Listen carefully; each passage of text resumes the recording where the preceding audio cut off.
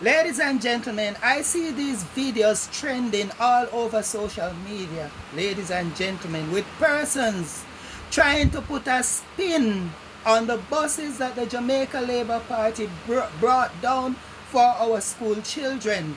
Because, ladies and gentlemen, a lot of them have witnessed tires being blown out and stuff like that, because if you notice, ladies and gentlemen, those tires are not made for the Jamaican road. And what is happening is that they are doing these test drive of them so that whatever issues that they may have detected, ladies and gentlemen, would be addressed before school officially starts next month. That is the reason why it's called testing. They are testing them on all the routes, ladies and gentlemen, to see how well, to see what adjustments that need to be made, or how well they can handle the roads. So I have seen people, ladies and gentlemen, taking pictures, putting up on the internet, laughing and saying all manner of evil. They want to put a spin on this as if vehicles doesn't break down every day. Don't vehicle break down every day? So the fact is, vehicles break down every single day. So trying to put a spin on these buses will not stop the children from having them next month.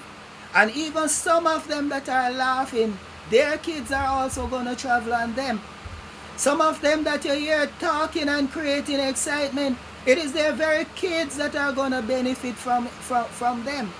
So ladies and gentlemen, what we are to do as a people is stop trying to put down the good work that the government is doing simply because it is not the opposition who you support is doing it.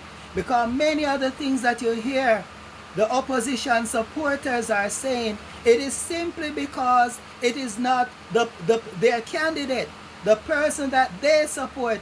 It's simply because they are not the ones who are implementing them.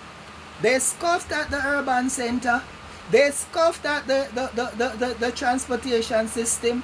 They scoffed at the fact that the crime is coming down. They scoffed at the fact that poverty is coming down. They scoffed at the road works that the government is doing all over the country. So therefore, ladies and gentlemen, they are literally scoffing at progress because they want to keep poor people poor. They don't care about the fact that these school buses that are coming in are going to just charge one flat rate of $50. And ladies and gentlemen, why they are test running them is because they want to find out the issues that they may have had. Any issues that they have, they would have addressed them before school opens. All of these issues that the buses are having now, is it not a wise thing that they are showing up now, so that next month when school open, they don't have these issues when the buses are rolled out? What if they are just have them parked up and said, all right, next month we're going to roll them out? All of these issues would not have been detected. And then, ladies and gentlemen, the opposition would have their laugh, because they're going to come back now and say to the people, look at this, ladies and gentlemen. You see what we were talking about, and so and so and so and so, and you know how they can how they can be very annoying when they start saying things. So ladies and gentlemen, I am simply saying that persons who are trying to put a spin on the buses that are breaking down, they want you to believe that vehicles don't break down every day, but the fact is that vehicles break down every single day.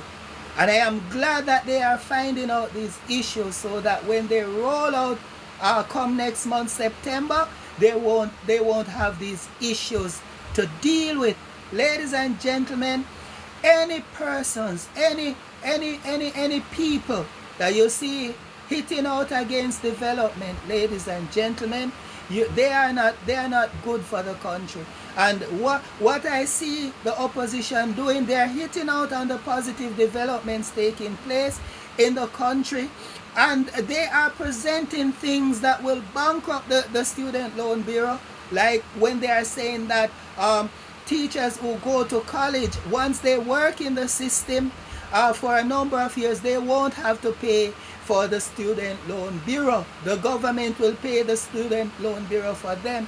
Ladies and gentlemen, and based on what he says, it doesn't even sound like the government will pay back the student loan money. What it sounds like, ladies and gentlemen, is that a lot of persons are going to borrow from the student loan, and because they know that they are not going to have to pay it back, you're going to find out that the local market is going to become oversaturated with teachers.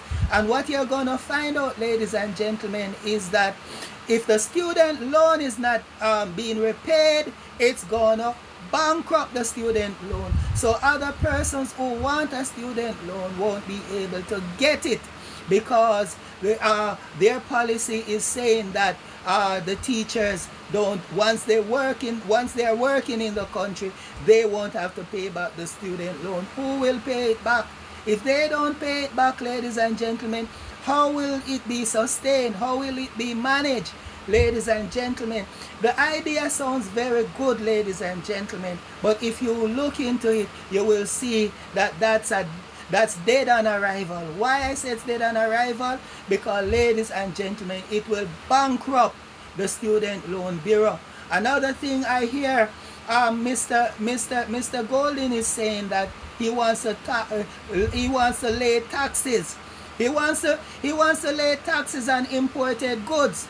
That means sardines and all of these things that are imported, ladies and gentlemen, would become even more expensive, and people are complaining that they are expensive already.